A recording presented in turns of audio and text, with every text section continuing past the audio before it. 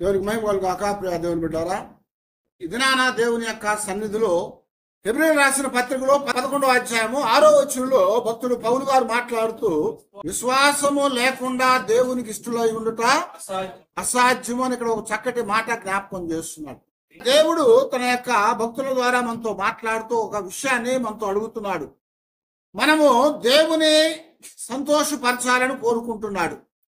అయితే మనం దేవుణ్ణి ఎలాగ సంతోషపరచగలుగుతామయ్యా అని మనం చూసినట్లయితే, మన జీవితాల్లో దేవుని యొక్క నామాల్లో మనము ప్రభువుని ఆనందపరచడానికి, సంతోషపరచడానికి కొన్ని విషయాలు జ్ఞాపకం చేశాడు.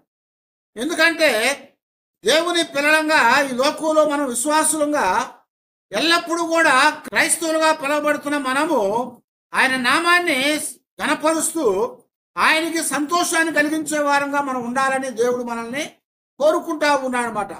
ఎల్లప్పుడూ కూడా మనము దేవునికి ఆనందాన్ని ఇవ్వాలి. ఎందుకంటే క్రైస్తవులుగా మన జీవితాల్లో అది ఒక బాధ్యత.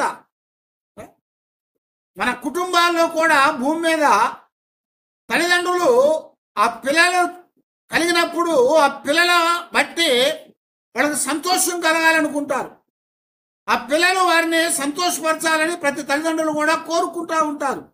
అలాగే మనము కూడా మన పరలోకపు తండ్రి అయినటువంటి దేవుని పిల్లలంగా మనము దేవుణ్ణి సంతోషపరచాలి, దేవుణ్ణి మహిమపరచాలి, ఆయన్ని ఘనపరిచే వారంగా మనం ఉండాలని ఇక్కడ దేవుని వాక్యం ద్వారా దేవుడు మనకి జ్ఞాపకం చేస్తున్నాడు. దేవుని సంతోషపరచాలంటే, దేవునికి ఆనందాన్ని కలిగించాలంటే ఆయనకు అనుకూలంగా మనం నడుచుకోవాలని చెప్తా వచ్చాడు. ఒక పిల్లవాడు వాళ్ళ ఇష్టానుసారంగా నడుచుకున్నప్పుడు ఆ తల్లిదండ్రులకి సంతోషము, ఆనందం అనేది కలగదు. కాబట్టి ఎప్పుడైతే పిల్లవాడు వాళ్ళ తల్లిదండ్రులకి సంతోషాన్ని కలిగించేటట్లుగా, వాళ్ళకి మంచి పేరు తెచ్చేటట్లుగా నడుచుకున్నప్పుడు అది ఆ తల్లిదండ్రులకి ఎంతో ఆనందాన్ని కలిగించేది.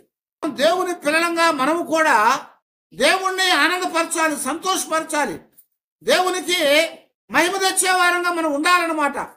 అలా ఉండాలంటే దేవుడు మనకేమని జ్ఞాపకం చేస్తున్నాడు అంటే, చాలా పర్యాయాలు దేవుణ్ణి ఎలా సంతోషపరచగలుగుతాం అనుకుంటాం మనం కదా. ఏదో చిన్నపిల్లలు అయితే ఒక చాక్లెట్ ఇస్తే వాడు సంతోషపడతాడు. యవనస్తులు అయితే ఏదో కొంచెం కావాల్సిన డబ్బులు ఇస్తే వాడు సంతోషపడతారు. పెద్దలు అయితే వాళ్ళకి కావాల్సిన కొన్ని వస్తువులు ఇస్తే వాళ్ళు సంతోషపడతారు. కానీ దేవుణ్ణి ఎలా సంతోషపరచగలుగుతాము? దేవుణ్ణి ఎలా ఆనందపరచగలుగుతాము? దేవుణ్ణి సంతోషపరచాలంటే, ఆనందపరచాలంటే మనము ఆయన మాటల ప్రకారము జీవించాలని జ్ఞాపకం చేస్తున్నాడు.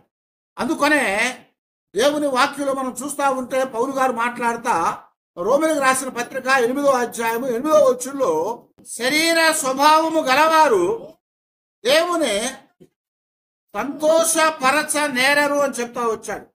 శరీర స్వభావం కలిగిన వారు, శరీర సంబంధమైన వారు దేవుని సంతోషపరచలేరని చెప్తున్నాడు. మరి ఎవరు సంతోషపరుస్తారా అంటే, మనమందరం కూడా శరీరులమే, మనమందరం కూడా భూమి మీద మానవులుగా ఉన్నాము. అయితే మానవులుగా ఉన్నటువంటి మనము, శరీరంతో ఉన్నటువంటి మనము కూడా దేవుణ్ణి సంతోషపరచాలంటే శరీర సంబంధమైన వారిగా మనము జీవించకూడదు అని చెప్తున్నాడు. మనం శరీర సంబంధంగా జీవించకుండా మనం ఎలా జీవించాలి అంటే, ఏమన్నాడు 9వ వచనంలోకి వచ్చినప్పుడు, దేవుని యొక్క ఆత్మ మీలో నివసించిన ఎడల మీరు ఆత్మ స్వభావం గలవారై ఉందురు, కానీ శరీర స్వభావం గలవారు వారు అని చెప్తున్నారు అన్నమాట. కనుక మన జీవితాల్లో దేవుని సంతోషపరచాలంటే శరీర సంబంధమైనటువంటి వారంగా మనం ఉండకూడదు అని జ్ఞాపకం చేస్తుంది. శరీర సంబంధంగా మనం ఉంటే దేవుణ్ణి సంతోషపరచలేం. కారణం ఏంటంటే ఆయన ఆత్మస్వరూపుడు, దేవుడు ఆత్మై ఉన్నాడు. ఆ దేవుని సంతోషపరచడానికి శరీర సంబంధమైన పనికిరావని చెప్తున్నాడు. కాబట్టి మనం ఏం చేయాలంట, ఆయన ఆత్మచేత నింపబడినటువంటి వారంగా ఉండాలి, ఆయన ఆత్మచేత మనము నడిపించబడే వారంగా ఉండాలి అని జ్ఞాపకం చేస్తున్నాడు అనమాట. అందుకొరకు ఇక్కడ ఏమన్నాడు హెబ్రీ పత్రికలో, విశ్వాసము లేకుండా దేవునికి ఇష్టలుగా ఉండటము అసాధ్యమని జ్ఞాపకం చేస్తున్నాడు. విశ్వాసం అనేది ఒక శారీరక సంబంధమైన మానవ జీవితంలో దేవుని వైపు నడిపేది. మానవుడు దేవుని వైపు నడవాలంటే వారి జీవితాలు ఏం కావాలి? విశ్వాసం కావాలి. విశ్వాసం అనేది లేకపోతే మనం దేవునితో నడవలేము, దేవుని వైపు చూడలేమని చెప్తున్నాడు. అబ్రహాము యొక్క జీవితంలో కూడా మనం అదే చూసాము. అబ్రహాము యొక్క పితరులను గమనించినప్పుడు అబ్రహాము తండ్రైన తేరావు కూడా ఇలాగ విగ్రహాలు తయారు చేసి వాటిని అమ్ముతూ జీవించేవారు. అబ్రహాం కూడా వాటితో తండ్రితో పాటు అలాగే జీవించాడు. కానీ ఎప్పుడైతే దేవుడు ఆయన పిలిచాడో, ఎప్పుడైతే దేవుడు ఆయనకి ఒక విశ్వాసాన్ని కలుగు చేశాడో, ఎప్పుడైతే దేవుని యొక్క మాటను అబ్రహాం వినగలిగాడో, అప్పుడు ఏమైందయ్యా అంటే దేవుని యొక్క ఆత్మ అబ్రహాములోనికి వచ్చింది. దేవుని ఆత్మ అబ్రహాములోనికి వచ్చిందనమాట. దేవుని ఆత్మ అబ్రహాములోనికి రావటం ద్వారా అబ్రహాము దేవుని వైపుకి తిప్పబడ్డాడు. దేవుని వైపుకి తిప్పబడ్డటువంటి అబ్రహాము యొక్క జీవితంలో నమ్మకం అనేది, విశ్వాసం అనేది కలిగి అది అతని జీవితానికి అతన్ని నీతిమంతుడుగా చేసిందని రోమపత్రికలో అలాగే ఆది కాండంలో మనకి జ్ఞాపకం చేయబడతా వచ్చింది. అబ్రహాము దేవుని నమ్మెను, అది అతనికి నీతిగా ఎంచబడింది. అంటే దాని అర్థం ఏంటి? అతను నీతిమంతుడు కాదు. అంతకు ముందు మనుషులెవరు కూడా నీతిమంతులు కారు అని చెప్తున్నాడు పౌలు గారు. ఒక్కడు కూడా నీతిమంతుడు లేడు. అందరూ కూడా పాపం చేసి దేవుడు అనుగ్రహించే మహిమను పొందలేకపోయారు. అయితే అబ్రహాము దేవుని యందు విశ్వాసం ఉంచాడు, నమ్మకాన్ని ఉంచాడు. కాబట్టి ఆ విశ్వాసం అనేది అతనిని దేవుని యొక్క సన్నిధిలో నడవటానికి అవకాశాన్ని ఇచ్చింది. ఆ విశ్వాసం అనేది అతని జీవితంలో ఆత్మతో నింపబడటానికి ఒక మార్గాన్ని తెరిచింది. కాబట్టి అబ్రహాము ఆత్మతో నడిపించబడ్డాడు. రోమీయులకు రాసిన పత్రిక 8వ అధ్యాయం 14వ వచనం ఏమంటున్నాడు? ఎందరైతే దేవుని ఆత్మ చేత నడిపించబడతారో వారందరూ కూడా దేవుని కుమారులై ఉందని చెప్తున్నాడు. దేవుని ఆత్మ చేత నడిపించబడ్డప్పుడు దేవుని యొక్క కుమారులుగా ఉంటాం. దేవుని ఆత్మ మనలో ఉండాలంటే మొట్టమొదటి ఏం కావాలని చెప్పాడు ఇక్కడ? విశ్వాసం కావాలి. విశ్వాసం కావాలి. మొట్టమొదట మన యొక్క జీవితాల్లో ఒక మెట్టు ఏదయ్యా అంటే దేవుని పిల్లలంగా దేవునితో నడవటానికి, దేవుని సంతోషపరచడానికి విశ్వాసం అని చెప్తున్నాడు అన్నమాట. ఆ విశ్వాసం అనేది ఆధారం మనకి.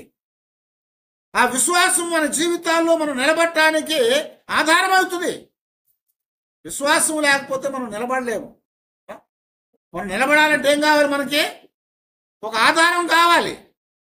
మనం నిలబడ్డామంటే మనకు పాదాల కింద ఏముంది? భూమి ఉంది. ఆ భూమి అనేది మనకు పాదాల కింద లేకపోతే మనం నిలబడలేము. మనం కింద నుంచి ఉంటున్నాం కదా అని పైకి ఎగిరే మనకు ఏమవుతాము? పైనుంచి మళ్ళా కింద పడతాం. కారణం ఏంటంటే గాల్లోకి ఎగరొచ్చు, కానీ గాల్లో మనకు ఆధారం అనేది ఏది లేదు. అయితే ఇక్కడ దేవుడు చెప్తున్నాడు కదా, అబ్రహాము దేవుని యందు నమ్మకాన్ని, విశ్వాసాన్ని ఉంచాడు కాబట్టి అది అతనికి నీతిగా ఎంచబడింది. అందువలన అబ్రహాము దేవుని కుమారుడుగా చేయబడ్డాడు. అబ్రహాము దేవుని సంతోషపరచడానికి ముందుకు నడుచుకున్నాడు అని జ్ఞాపకం చేస్తున్నాడు. కనుక పాత నిబంధనలో మనకు రాయబడ్డటువంటి ఆ భక్తుల యొక్క జీవితాలు మనం చూసినప్పుడు హానోకు గాని, నోవాహు గాని, అబ్రహాము గాని వారు ఏం చేశారంట? వాళ్ళ విశ్వాస సంబంధమైనటువంటి ఆ నడకను నడిచారంటే వారి జీవితాల్లో దేవుని యొక్క ఆత్మ చేత వారు నడిపించబడ్డారు. దేవుని ఆత్మ చేత నడిపించబడ్డారు కాబట్టి వారు దేవుని పిల్లలుగా చేయబడ్డారు. దేవుని పిల్లలుగా ఉండి దేవునితో నడిచినందువలన వాళ్ళ జీవితాల్లో దేవుణ్ణి ఆనందపరిచారు, సంతోషపరిచారు. హానోకు గురించి మనకి ఆదికాండం 5వ అధ్యాయం మనకు జ్ఞాపకం చేయబడతా ఉంది. అక్కడ హానోకు గురించి మనకు రాస్తా చెప్తాడు కదా, హానోకు దేవునితో నడిచిన కనుక దేవుడు అతనిని కొనిపోయాడు. దేవుడు అతన్ని కొనిపోయాడు. దేవునితో నడిచాడంటే దాని అర్థం ఏంటి? దేవుని యొక్క ఆత్మతంలో ఉన్నది. దేవుని ఆత్మతంలో ఉంది. దేవుని ఆత్మతంలో ఉంది కనుక దేవునితో నడవగలిగేటువంటి స్వభావం అతనికి కలిగింది. దేవుని ఆత్మ లేనప్పుడు దేవునితో నడిచే స్వభావాన్ని మనము కలిగి ఉండలేము. అందుకనే రోమపత్రికలోనే 7వ అధ్యాయం 8వ అధ్యాయంలో పౌలు గారు మాట్లాడుతూ చెప్తారు కదా, శరీర సంబంధమైన వారికి, ఆత్మ సంబంధమైన వారికి కొన్ని భేదాలు మనకు అక్కడ జ్ఞాపకం చేసుకుంటా వచ్చాడు. నేను ఏదో చేయాలనుకుంటున్నారు కానీ చేయలేకపోతున్నాను, ఏదో చేయకూడదు అనుకుంటున్నారు కానీ దాన్ని చేయకుండా ఉండలేకపోతున్నాను. కారణం ఏంటంటే నాలో ఉన్నటువంటి పాప సంబంధమైన నియమం అని చెప్తున్నాడు. మన జీవితాల్లో పాప సంబంధమైన అంటే శరీరక సంబంధమైనటువంటి ఆ మనస్సు, ఆ స్వభావము, ఆ యొక్క నియమము ఉన్నంతసేపు మనం దేవునితో నడవలేము. అదే పౌలు చెప్తున్నాడు, ఏమన్నాడు? ఎలాగనగా శరీరానుసారమైన మనస్సు దేవునికి విరోధమై ఉన్నది అని ఇక్కడ జ్ఞాపకం చేస్తున్నాడు. అది దేవుని ధర్మశాస్త్రమునకు లోబడదు, ఏ మాత్రమును లోబడ నేరదు అని జ్ఞాపకం చేస్తున్నాడు. దేవుని యొక్క ధర్మశాస్త్రానికట శరీరానుసారమైన మనస్సు లోబడదు. కాబట్టి నేను ఏదో చేద్దాం అనుకుంటున్నాను కానీ దాన్ని చేయలేకపోతున్నాను. నేను చెడు చేయకూడదు అనుకుంటున్నాను కానీ దాన్ని జరిగించకుండా ఉండలేకపోతున్నాను అంటాడు పౌలు. కారణం ఏంటంటే నాలో ఉన్నటువంటి నియమము అది పాప సంబంధమైన నియమము, శారీరక సంబంధమైన నియమము అన్నమాట. అందుకొరకే శరీరానుసారులు దేవుని సంతోషపరచలేరు. మనలో ఉన్నటువంటి ఆ పాపము లేకపోతే పాప సంబంధమైన నియమము లేకపోతే శరీర సంబంధమైనటువంటి నియమము ఏం చేస్తుందట? మేలు చేయాలనుకుంటున్నాం కానీ దాన్ని చేయకుండా చేస్తున్నాం. దేవునితో నడవాలనుకుంటున్నాం కానీ దేవునితో నడవకున్నది మనల్ని ఆటంకపరుస్తుంది అని చెప్తున్నాం. అందుకొరకే మన జీవితాల్లో దేవుని యొక్క ఆత్మచేత మనం నడిపించబడాలి. ఆ ఆత్మచేత మనం నడిపించబడినట్లయితే మనము దేవుని మహింపరచగలుగుతాం, దేవుని సంతోషపరచగలుగుతాం. ఇందాక మనం చదివినట్లుగా అదే ఇక్కడ రోమపత్రిక 8వ అధ్యాయంలో 6-7 వచనాలు చూడండి. శరీరానుసారులు శరీర విషయం మీద మనస్సునుంతురు, ఆత్మానుసారులు ఆత్మ విషయముల మీద మనస్సును ఉంతురు. శరీరానుసారమైన మనసు మరణము, ఆత్మానుసారమైన మనసు జీవమును సమాధానమునై ఉన్నది. హల్లెలూయా. ఏమనండి ఇక్కడ శరీరానుసారమైన మనస్సు ఏంటంట? మరణం. కానీ ఆత్మానుసారమైన మనసు అయితే అది జీవమును సమాధానమై ఉన్నది అని చెప్తున్నాడు అనమాట. మన జీవితాల్లో మనుషులందరూ కూడా ఆదాము మొదలుకొని ఏమయ్యారట? శరీరానుసారంగా నడుచుకున్నారు. శరీరానుసారంగా నడుచుకున్నారు కనుక శరీరానుసారమైన మనస్సు మరణము అని చెప్పాడు. అందుకని అందరూ కూడా మరణించారు. యేసు ప్రభు వారి వరకు ఆదాము మొదలుకొని అందరూ మరణించారు. అంటే యేసు ప్రభు వారు మరణించారు, ఆయన తర్వాత వచ్చిన వాళ్ళు కూడా మరణించారు. కానీ యేసు ప్రభు వారు మరణించిన తర్వాత ఏమైంది? ఆయన తిరిగి మరలా లేచాడు. కారణం ఏంటంటే ఆయనలో శరీరానుసారమైన మనసు లేదు, ఆయన శరీరానుసారంగా ఆయన నడుచుకోలేదు. కాబట్టి ఆయన దేవుని సంతోషపరచడానికి దేవుని ఆత్మచేతాన్ని నింపబడ్డాడు. దేవుని ఆత్మచేతాన్ని నింపబడ్డాడు. అందుకనే లోకాసు వార్త 4వ అధ్యాయంలో అక్కడ మనకి జ్ఞాపకం చేయబడుతుంది. ఆయనకి దేవాలయంలోనికి వచ్చినప్పుడు యెషయా గ్రంథపు చుట్ట ఆయన చేతికి అప్పగించబడినప్పుడు ఆయన దాన్ని తెరిచి చదువుతున్నప్పుడు అంటాడు కదా, దేవుని ఆత్మ నా మీదకి వచ్చాను అంటున్నాడు. ప్రభు ఆత్మ నా మీద ఉన్నదని చెప్తున్నాడు. దేవుని ఆత్మతో నేను నింపబడ్డాను. ఈ భూమి మీదకి మానవుడుగా వచ్చాడు, కానీ ఆయన వచ్చిన తర్వాత ఏమైంది? దేవుని ఆత్మ ఆయన మీదకి నింపబడింది. బాప్తిస్మం తీసుకున్నప్పుడు పరిశుద్ధాత్మ పావురములు ఆయన మీద రాలింది, దిగింది. వెంటనే పరలోకములో నుంచి, ఆకాశంలో నుంచి ఒక శబ్దం వినపడింది, ఇదిగో ఈయన నా ప్రియ కుమారుడు, ఈయనందు నేను ఆనందించుచున్నాను. హల్లెలూయా. కనుక మన జీవితాల్లో మనము దేవుని సంతోషపరచాలంటే శరీరానుసారమైన మనస్సుకు ఉండకూడదు. శరీర సంబంధమైనటువంటి ఆత్మ చేత మనము నడిపించబడకుండా ఉండాలి అని చెప్తున్నాను అనమాట. అందుకొరకే ఇదే హెబ్రీయులకు రాసిన పత్రికలో 10వ అధ్యాయం 38వ వచనం మనం చూస్తా ఉంటే, నా ఎదుట నీతిమంతుడైన వాడు విశ్వాస మూలముగా జీవించును గాని అతడు వెనుక తీసిన ఎడల అతని యందు నా ఆత్మకు సంతోషం ఉండదు. నీతిమంతులుగా చేయబడ్డామంటే దాని అర్థం ఏంటి? దేవుని యందు విశ్వాసం ఉంచాం. అదే చెప్పుకున్నాం కదా, అబ్రహాము దేవుని యందు విశ్వాసం ఉంచినది అతనికి నీతిగా ఎంచబడింది. అబ్రహాము నమ్మాడు కాబట్టి, విశ్వాసం ఉంచాడు కనుక అబ్రహాము నీతిమంతులుగా చేయబడ్డాడు. అలాగే ఎవరైతే దేవుని యందు నమ్మకం ఉంచుతారో, దేవుని యందు విశ్వాసం ఉంచుతారో వాళ్ళందరూ కూడా ఏం చేయబడతారట? నీతిమంతులుగా చేయబడతారు. ఇప్పుడు నీతిమంతులుగా చేయబడ్డాం కాబట్టి నీతిమంతులుగా చేయబడ్డ వారందరూ కూడా విశ్వాస మూలంగా జీవిస్తారు. విశ్వాస మూలంగా జీవిస్తారు. ఎవరు? నీతిమంతులుగా చేయబడిన అందరూ కూడా. నీతిమంతులుగా చేయబడిన వారు విశ్వాస సంబంధంగా జీవించలేరు. వారి జీవితాల్లో విశ్వాసం అనేది లేదు. అందువల్ల ఏమవుతుందట? వారు దేవుణ్ణి సంతోషపరచలేదు. ఎందుకు ఏమన్నాడు ఇక్కడ? మనము శరీరానుసారులము కాకుండా ఆత్మతో మనం నడిపించబడాలి.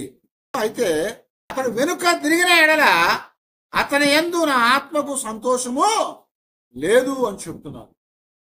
మనం దేవుని యొక్క సన్నిధిలో విశ్వాసంతో నడుస్తూ కొన్నిసార్లు ఆగిపోతా ఉంటాం. అలా ఆగిపోయినట్లయితే దేవుడు ఏమన్నా అంటే, వారి యందు నా ఆత్మకు సంతోషం లేదు. కనుక మనం దేవునిని సంతోషపరచాలంటే విశ్వాసం కలిగి ఉండాలి. విశ్వాసంతో మనం నడవాలి. ఆత్మతో మనం నడిపించబడాలి. ఆ తర్వాత వెనుక తీయకుండా జీవించాలని చెప్తున్నాడు. వెనుక తీయకుండా, వెనకబడకుండా ముందుకు సాగాలి. మనం విశ్వాసంగా వచ్చాం కదా, దేవుని యందు విశ్వాసం ఉంచాం, దేవుని పిల్లగా చేయబడ్డాము, అదిగో ఇంకా చాలు అనుకుని ఆగిపోయాం అనుకోండి, నేను విశ్వాసమే కదా, నాకే ఇబ్బంది లేదు అనుకుంటాం కొన్నిసార్లు. రాజైన సౌలు గురించి మనం చెప్పుకున్నాము. ఇశ్రాయేలు ప్రజలందరూ కూడా దేవుని దగ్గర, సమూయేలు దగ్గరకు వచ్చి గొడవ చేశారు. ఇదిగో లోకమంతా కూడా జనాలకి రాజులు ఉన్నారు, నాకు కూడా రాజు కావాలి, మాకు రాజుని ఏర్పాటు చేయమన్నారు. అందుకు సమూయేలు చెప్పాడు, అయ్యా వద్దు, రాజులు వస్తే మీకు చాలా ఇబ్బంది అని చెప్తే, దేవుడే మనకు రాజుగా ఉన్నాడు, ఆయనే మనకు నడిపించేవాడు అని చెప్తా ఉంటే, వద్దు వద్దు, లోకం యొక్క ధర్మం చొప్పున మాకు రాజు కావాల్సిందే అన్నారు. దేవుడితో చెప్పినప్పుడు సమూయేలు అంటున్నాడు, దేవా ఏంటయ్యా వీళ్ళు నన్ను తిరస్కరిస్తున్నాను, నిన్ను కాదు సమూయేలు, వాళ్ళు నన్ను తిరస్కరించారు కాబట్టి వాళ్ళు కోరుకున్నట్టుగా ఒక రాజుని ఏర్పాటు చేయగో, అలాంటి వాడు కీషు కుమారుడు అనేటువంటి సౌలు ఉన్నాడు, ఆ గాడిదలు ఎతుకుతా వచ్చాడు, నీ దగ్గరకు పంపిస్తున్నాను, అభిషేకించమని చెప్పాడు. ఆ సౌలు గాడిదలు కాసుకుంటా వచ్చాడు, ఎత్తుక్కుంటా వచ్చాడు గాడిదల్ని, తండ్రి గాడిదలు పోయినాయి, వాడిని ఎతుకుతా వచ్చాడు. సమూయేలు దగ్గరికి రాగానే సమూయేలు ఆయన్ని అభిషేకించాడు, రాజుగా చేశాడు. కొంతకాలానికి ఏమైంది తెలుసా? ఒక 30 సంవత్సరాలు దాటంగానే దేవుని యొక్క ఆత్మతో నడిపించబడటానికి ఇష్టపడలేదు. ఆత్మానుసారంగా నడిచే నడకను ఆపేశాడు. నేను ఇప్పుడు దాకా నడిచాను, 30 సంవత్సరాలు చాలనుకున్నాడేమో. ఇప్పుడేమైంది? దేవుని మాట వినలేదు, దేవుడు చెప్పింది చేయలేదు.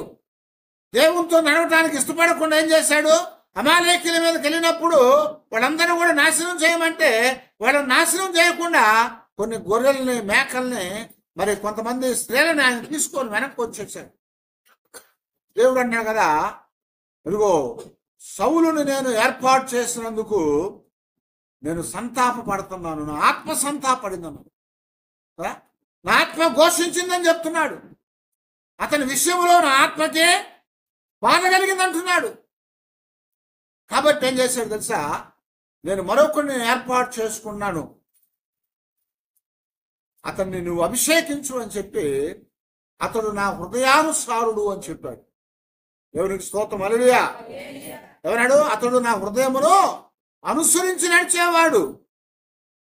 యెషీ కుమారుడైనటువంటి దావీదు నేను ఏర్పాటు చేసుకున్నాను, అతని యందు నేను ఆనందిస్తాను, అతన్ని నువ్వు రాజుగా ఏర్పాటు చేయమను. గమనించారా? ఇక్కడ దేవుని యొక్క సన్నిధిలో మనం వెనక తిరిగినట్లయితే, దేవునితో నడుస్తా మనం ఆగిపోయినట్లయితే మన జీవితాలను బట్టి దేవునికి ఆనందం కలగదు, మన జీవితాలను బట్టి దేవునికి సంతోషం ఉండదు.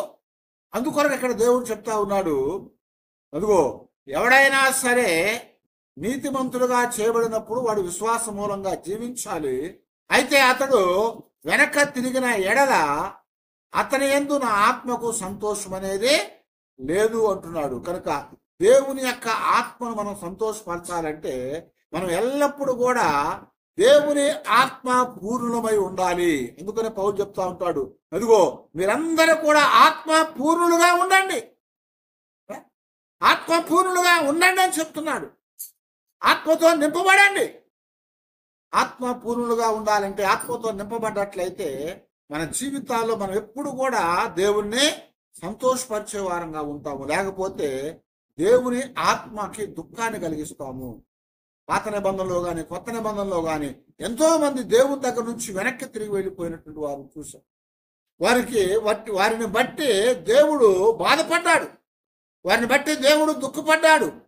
వాళ్ళని బట్టి ఇదిగో ఎందుకు ఇలాగ చేశారు వాళ్ళని దేవుడు ఎంతగానో ఆయన మరి తన యొక్క ఆ హృదయంలో ఉన్న వేదనని వ్యక్తం చేశాడు. అందుకొరకు ఇక్కడ దేవుడు మనతో జ్ఞాపకం చేస్తున్నాడు కదా, మనము వెనుక తిరిగే వారంగా ఉండకూడదు.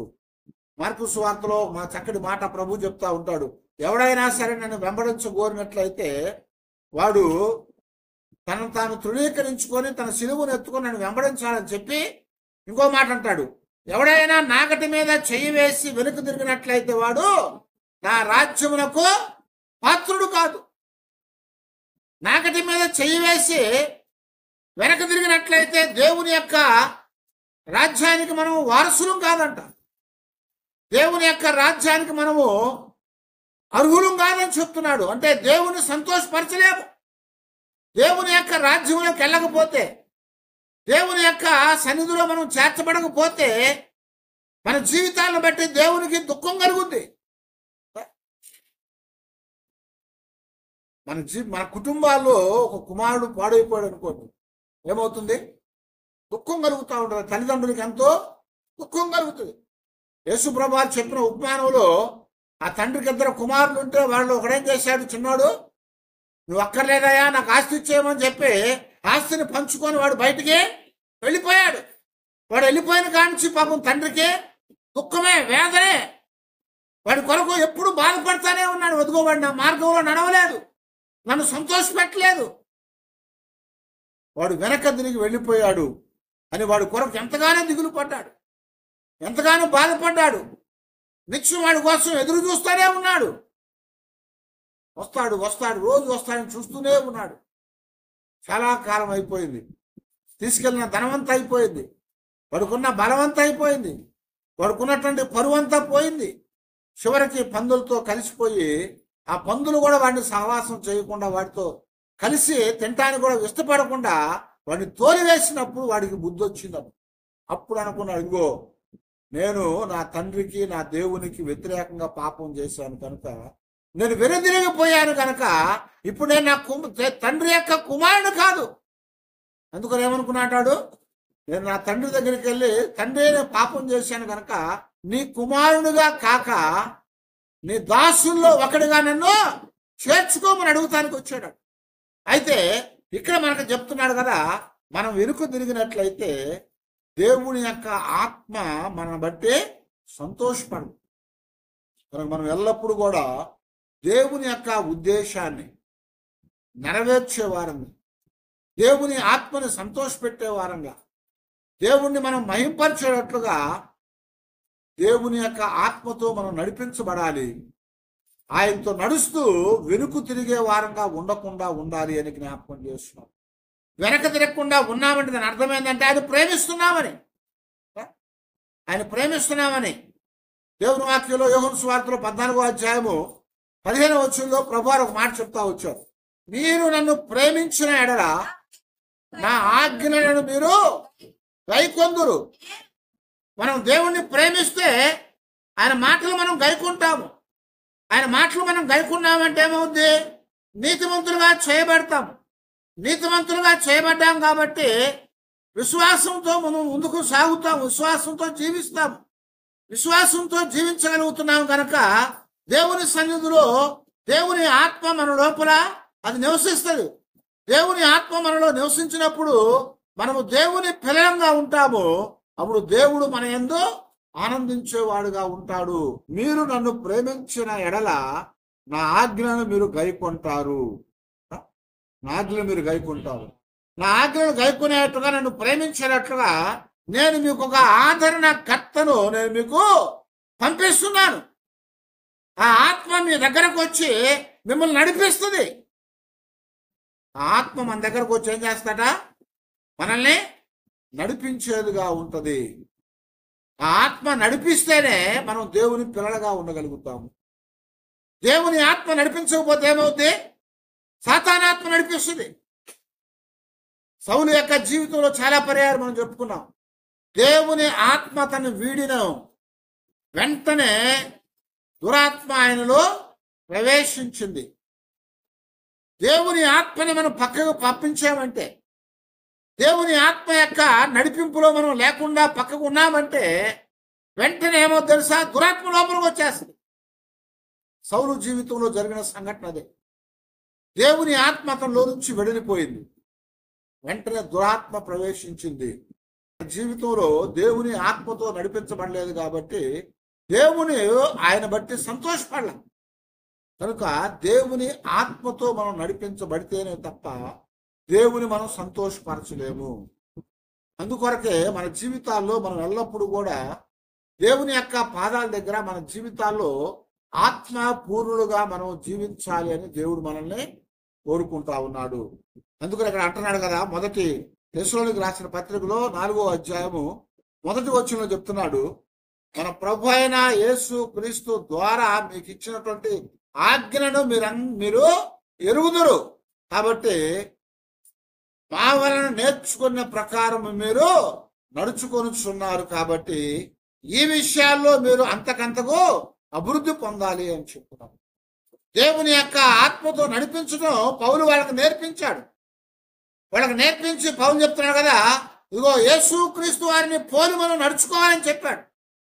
చాలా మంది ఎలా పోలి నడుచుకుంటామయ్యా అంటే పౌలు చెప్తున్నాడు, ఇదిగో నేను యేసు క్రీస్తు వారిని పోలి నడుచుకున్నాను కనుక మీరు ఇప్పుడు నన్ను పోలి నడుచుకోండి. ఎందుకంటే ఆ ప్రభు ఇచ్చిన ఆత్మ పౌలు జీవితంలోకి వచ్చింది. పౌలునే దేవుని ఆత్మ నడిపించింది. కాబట్టి పౌలుని దేవుని ఆత్మ నడిపించింది కనుక మీరు ఇప్పుడు నేను నడిచిన మార్గంలో మీరు నడవండి. అలా నడిచినట్లయితే మనం అందరం కూడా దేవుని యొక్క సన్నిధిలో దేవుని సంతోషపరిచే వారంగా ఉండగలుగుతాము అని పౌలు ఇక్కడ మరి తెస్సలోనికీలో ఉన్నటువంటి సంఘంతో ఆయన మాట్లాడుతూ వచ్చాడు. కనుక అప్పుడు ఆ దేవుని బిడ్డలారా, మన జీవితాల్లో మనం ఎల్లప్పుడూ కూడా దేవుని సంతోషపరిచే వారంగా జీవించాలి. దేవుని సంతోషపరిచే వారంగా మనం ఉండాలంటే విశ్వాసం అనేది మన జీవితాల్లో ఉండాలని చెప్తున్నారు. విశ్వాసం అనేది మన జీవితాల్లో ఉన్నప్పుడు దేవుని యొక్క ఆత్మచేత నడిపించబడతాము. దేవుని ఆత్మచేత నడిపించబడినప్పుడు దేవుడు మనల్ని ఆ మార్గంలో నడుస్తూ ఉండగా మార్గాన్ని విడవకుండా వెనతిరగకుండా మనం జీవించాలని హెచ్చరిస్తూ వచ్చాడు. వెనతిరిగినట్లయితే దేవుని ఆత్మను సంతోషపరచలేరు. శరీర సంబంధమైనటువంటి వారు దేవుణ్ణి సంతోషపరచలేరు. కాబట్టి మీరు ఆత్మానుసారులుగా జీవించండి అని ఇక్కడ పౌలు గారు మనకు అనేక పర్యాయాలు మనకి జ్ఞాపకం చేస్తూ వచ్చారు. అదే యేసు ప్రభు వారు కూడా తన శిష్యులతో చెప్పాడు, ఇదిగో మీరు ఆత్మతో నింపబడి నడిపించబడాలని చెప్తున్నారు. కనుక మనము కూడా మన జీవితాల్లో ఎల్లప్పుడూ దేవుని యొక్క ఆత్మచేత నడిపించబడాలి. ఆ ఆత్మచేత నడిపించబడితే మనము దేవుని సంతోషపరిచే వారంగా ఉంటాం. విశ్వాసం లేకుండా దేవునికి ఇష్టలుగా ఉండలేము. నా కీర్తన చదువుకున్నాం, అదో మనమందరము కూడా ఆయనకి ప్రీతికరమైన వారముగా ఉండాలని చెప్పారు. ప్రీతికరమైన వారంగా ఉండాలి దేవునికి. దేవునికి ప్రీతికరంగా ఉండాలంటే దాని అర్థం ఏంటంటే విశ్వాసం ఉండాలి. విశ్వాసం ద్వారా మనం జీవించాలి. ఆ విశ్వాసం ద్వారా జీవించినప్పుడు దేవుని ఆత్మ మనల్ని నడిపిస్తుంది. ఆ ఆత్మ నడిపించినప్పుడు అందులో ఆగిపోకుండా ముందుకి కొనసాగే వారంగా ఉండాలి. అలాగా కొనసాగి మన జీవితాల్ని దేవునికి మహిమార్థంగా చేసుకోవాలి. అప్పుడే దేవుడు మనల్ని బట్టి ఆయన సంతోషించేవాడుగా ఉంటాడు. అప్పుడే మనల్ని బట్టి ఆయన ఆనందించేవాడుగా ఉంటాడన్న వాస్తవాన్ని దేవుని యొక్క వాక్యం ద్వారా దేవుడు మనకు ఇక్కడ ఆయన జ్ఞాపకం చేస్తూ ఉన్నాడనమాట. కాబట్టి మనం ఎల్లప్పుడూ కూడా దేవుని సన్నిధిలో ఆత్మ చేత నడిపించబడి, విశ్వాసము చేత నడిపించబడి, వెనుదిరగకుండా ముందుకు సాగే వారంగా మనం ఉన్నట్లయితే మనం ఎప్పుడు దేవుని సంతోషపరిచే వారంగా ఉంటాం. శరీరానుసారమైన మనస్సు దేవునికి సంతోషాన్ని ఇవ్వదు. శరీరం సంబంధమైనటువంటి లేదా పాప సంబంధమైనటువంటి ఆత్మచేత నడిపించబడితే దేవునికి సంతోషం కలగదు. లేదు, నడుస్తూ ఉన్నటువంటి మనము ఆ నాగటి మీద నుంచి చెయ్యి తీసి వెనక్కి తిరిగినట్లయితే దేవునికి సంతోషము కలగదు. కనుక దేవుని సంతోషపరచడానికి ఎల్లప్పుడూ కూడా విశ్వాసాన్ని కలిగి ఆత్మచేత నడిపి మనం ఉంచినటువంటి నాగల మీద ఉంచిన చేతిని వెనదీయకుండా నిత్యము ఆయనతో ముందుకు సాగే వారంగా ఉండాలి. అలాగా సాగినప్పుడే మన జీవితాల్లో దేవుని యొక్క సన్నిధిలో ఆయన్ని మనము మహింపరచగలుగుతాం, ఆయన్ని సంతోషపెట్టే వారంగా ఉంటాం. అలాగ సంతోషపెట్టినట్టయితే దేవుడు మన యందు ఆనందించి మనల్ని బట్టి ఆయన మరి మన జీవితాలకు కావలసిన గొప్ప కృపనే అనుగ్రహించేవాడు. దావీదు ప్రార్థన చేశాడు, ఇగో దేవా, నీ ఆత్మను నాలో నుంచి తీసివేయద్దు, నీ ఆత్మను నాలో నుంచి తీసివేయద్దు ప్రభువా, నాలో ఉన్నటువంటి ఆ దురాత్మను మీరు తీసివేయి, నా శరీర సంబంధమైనటువంటి ఆ యొక్క నడిపింపును నువ్వు తీసివేయి, నీకు వ్యతిరేకమైనటువంటి నీకు ఆయాసాన్ని కలిగించే సమస్తాన్ని నాలో నుంచి తీసివేయమని ప్రార్థన చేశాడు. కనుక మనము కూడా దేవుని యొక్క పాదాల దగ్గర, దేవా, దావీదులాగా మా జీవితాలను మీరు పరీక్షించండి, పరిశీలించండి, పరిశోధించండి, నీకు ఆయాసకరమైనది తీసివేసి నీ ఆత్మతో మేము నడిపించబడటానికి, నీకు ఇష్టలుగా జీవించటానికి నీ యొక్క విశ్వాసాన్ని, నీ యొక్క ఆత్మను మాలో ఉంచి నడిపించి వెలుదిరకుండా నిత్యము ఆనోకు నడిచి ముందుకు సాగి నీతో పరలోకానికి తీసుకొని పోబడ్డాడు, పరదేశంలోని కొనిపోబడ్డాడు. అలాగ మేము కూడా నడవటానికి ఒక సహాయం చేయి ప్రభువా అని దేవుని పాదాల దగ్గర మనం అందరం కూడా ప్రార్థన చేసుకుందాం. తల వచ్చి ప్రార్థన చేసుకుందాం.